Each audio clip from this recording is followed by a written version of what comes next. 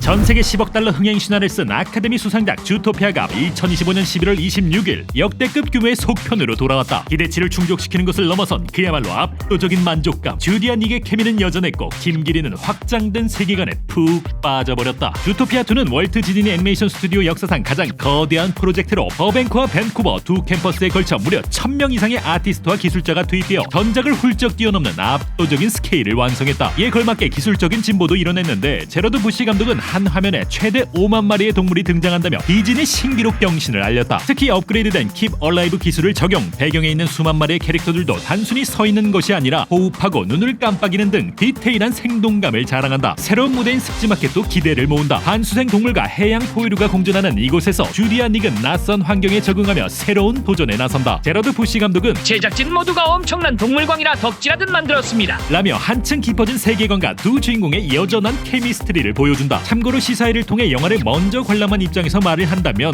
올해 가장 재미있게 본 영화 중 하나라고 자신 있게 말할 수 있다. Your worst idea is what you did with your ears.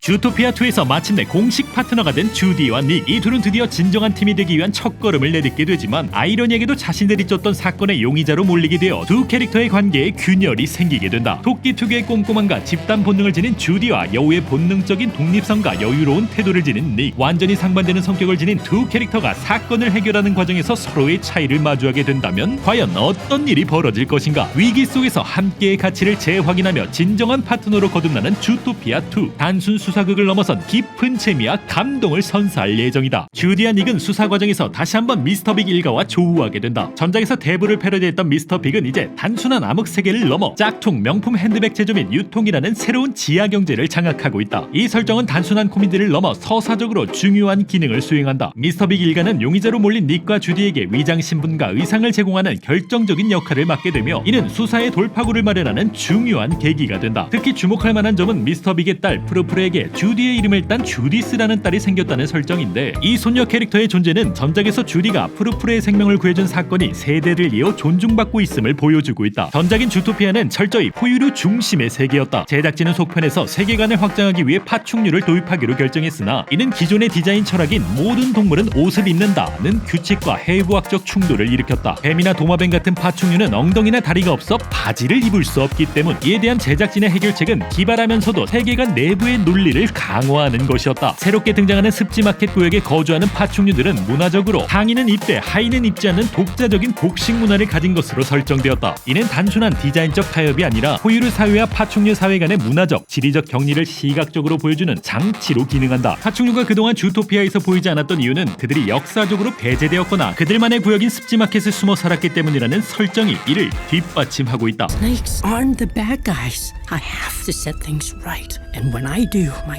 family will finally be able to come home.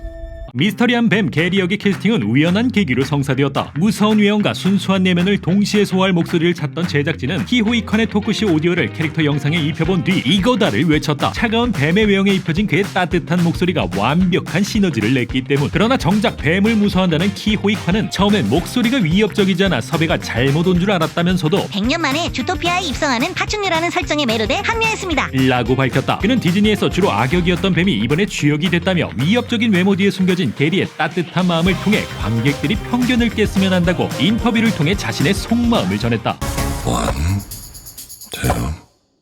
I got up to 2. 라이언하트 전 시장의 구속 이후 주토피아의 새로운 시장을 책임질 리더로 브라이언 윈드 댄서가 등장한다. 아티스트 아미 톰슨의 아이디어에서 출발한 그는 금빛 깔기를 휘날리는 화려한 외모의 종마로 90년대 액션 영화배우 출신이라는 흥미로운 이력을 지녔다. 목소리 연기는 특유의 굵고 남성적인 점이 매력적인 패트릭 워버튼이 맡았다. 그는 마치 청바지를 입고 쿵푸를 하던 왕년의 액션 스타가 정치인으로 변신한 듯 우스꽝스러우면서도 묘한 카리스마가 공존하는 입체적인 캐릭터를 완성해냈다. 제작진은 윈드 댄서 시장을 통해 정치적 실무 능력보다는 과거의 인기와 화려한 이미지를 앞세워 대중을 사로잡는 포퓰리즘 정치인의 면모를 유쾌하게 풍자할 예정이다. 사건의 배우이자 주토피아의 올드머니를 상징하는 링슬리 가문은 화려한 캐스팅과 그 속에 숨겨진 메타적 유머로 눈길을 끌고 있다. 가문의 수장 밀턴 링슬리 역은 데이비드 스트라탄이 맡아 기업가 특유의 냉철한 카리스마를 뿜어내며 야망 넘치는 장남 캐트릭과 독설가 딸 키티는 각각 맥컬리 컬킨과 브렌다 송이 연기하여 남다른 케미를 보여준다. 참고로 맥컬리 컬킨과 브렌다 송은 실제로 부부 사이이지만 에드시런은 극중에서 티격태격하는 현실남매로 호흡을 맞춘다는 점이 팬들에게 색다른 즐거움을 선사한다. 마지막으로 앤디 샘버그가 가문의 막내이자 엉뚱한 사고뭉치 포보트로 변해 가문의 무거운 분위기를 특유의 코미디 연기로 중화시킨다. 이번 속편은 디즈니 패밀리들이 총 출동하여 카메오로 등장하였다. 모아나 역을 맡은 아오이 크라발호는 게리의 독을 해독할 수 있는 해독제 펜, 마우이 역을 맡은 드웨인 존스는 작고 귀여운 영양 지크, 겨울왕국에서 울라프 역을 맡은 조시 게드는 주토피아 경찰서의 IT를 담당하고 있는 두더지 폴 모데브란트로 출연한다. 이 밖에도 거친 상남자의 아이콘 데니 트레조가 바실리스크 도마뱀 헤수스를 연기하였는데, 제작진들은 물 위를 달리는 바실리스크 도마뱀이 실제로 예수 도마뱀이라 불리는 점을 이용하여 캐릭터 이름을 헤수스로 짓는 위트를 발휘했다. 팝스타 에드시런은 에드시어린, 프로듀서 블레이크 슬래트키는 발레이크 램킨이라는 이름의 양으로 깜짝 등장하게 되는데, 주인공들이 양 전용 이발소에 충돌하는 장면에서 이들은 짧지만 강렬한 존재감을 보여준다. 덧붙여 주토피아2가 글로벌 케이팝 아티스트 스트레이즈 키즈와 협업을 진행하여 스트레이즈 키즈 멤버들을 모티브로 한 스키주가 이스터에그로 영화 속에 깜짝 등장할 예정이라고 한다. 제러드 부시 감독은 음악을 맡은 마이클 지아치노에 대해 영상을 보며 현장에서 즉흥적으로 수정까지 해내는 최고의 전문가입니다. 라며 극찬을 아끼지 않았다. 또한 지아치노의 뛰어난 실력에 대한 일화도 이어졌는데, 그는 영화 속 짧은 라따뚜이 패러디를 위해 직접 연주를 해주기도 했으며, 특히 게리의 테마곡을 처음 들었을 땐 클래식한 할리우드 감성에 제작진 모두 눈물을 훔쳤다고 밝히며 깊은 신뢰를 표했다. 이 밖에도 팝스타 샤키라와 에드시런이 합작한 신곡 주에 대해 감독은 샤키라의 명곡 와카와카에서 영감을 받아 에드시런이 만든 곡이라고 설명했다. 덧붙여 이 곡은 축제처럼 모두가 따라 부를 수 있으면서도 영화의 세계관 확장을 담아냈다고 언급하며 그 의미를 강조하였다. 제러드 부시 감독은 이번 작품의 핵심 가치와 방향성에 대해 주디와 닉의 파트너십은 여전히 이야기의 중심에 있습니다. 라고 강조했다. 그는 주디는 남의 말을 잘 안 듣고 닉은 매사에 진지하지 못하다는 결점이 있는데, 속편에서도 이들의 이런 관계성은 계속된다면서 전작의 호흡을 유지하되 두 캐릭터가 익숙하지 않은 환경에서 새로운 도전에 직면하고 전편에서는 볼 수 없었던 공간들을 탐구하는 것에 중점을 뒀다고 설명했다. 주토피아2를 보고 난 뒤 유독 주디와 닉의 모습이 긴 여운으로 남았다. 단순히 사건을 해결해서가 아니다. 서로 너무나 다른 두 존재가 그 다름을 있는 그대로 바라봐 주었기 때문이다. 그들은 서로 달랐기에 더 완벽한 파트너가 될 수 있었고, 서로의 부족함을 채워주는 가장 가까운 친구가 되었다. 그 모습을 보며 문득 우리의 현실을 돌아보게 된다. 우리는 나와 다른 누군가를 만났을 때 너무 쉽게 선을 긋고 있지는 않았을까?